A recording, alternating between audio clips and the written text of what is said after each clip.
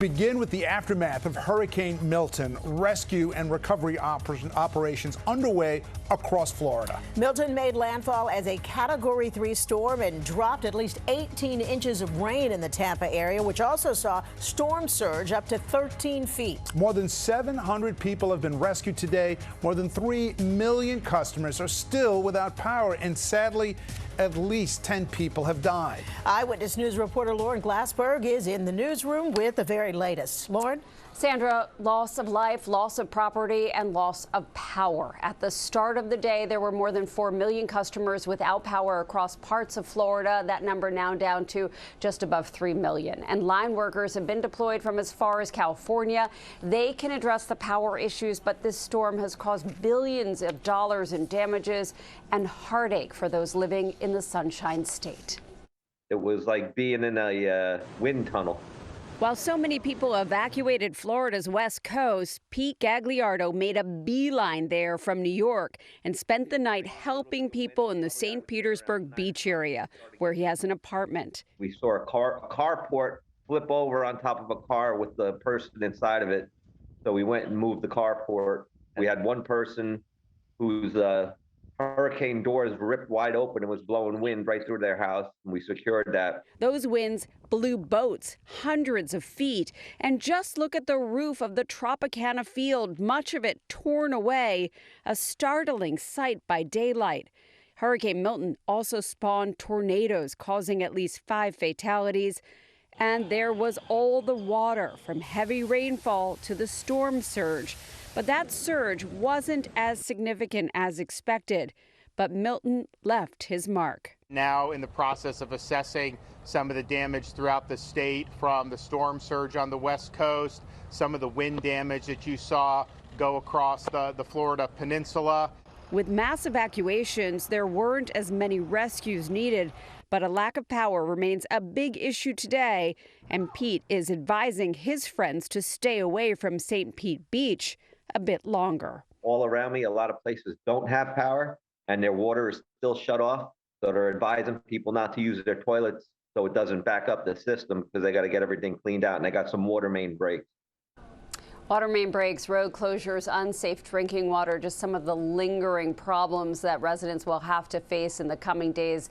And aside from the local first responders on the scene, the federal government sent in crews, including 1,300 Coast Guard personnel and 1,400 urban search and rescue teams. In the newsroom, Lauren Glassberg, Channel 7, Eyewitness News. Let's check in with ABC's Jacqueline Lee in St. Petersburg to get more. Jacqueline, what's the latest? Well, David, you can see just how powerful Hurricane Milton was, just ripping off this fiberglass roof here at Tropicana Field. And all day long, residents have been coming up here just to see this destruction in person. Is there still flooding? Are there still rescues ongoing?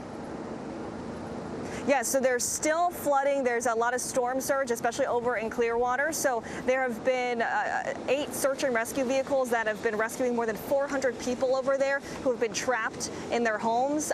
But thankfully, they have been rescued. Many people here in Pinellas County did take the evacuation seriously, David. How about power? I know we're going to continue to update the latest on the outages, but what kind of an impact did that have on the state? Oh, so, you know, here in Pinellas County, 75% of the county is currently without power, and they're actually currently without running water. Hurricane Milton was so powerful that it actually caused a lot of water main breaks. They had to evacuate one of the hospitals. That's how serious this is, David. But we do know officials have said that there are crews working around the clock trying to get the power restored as well as the water.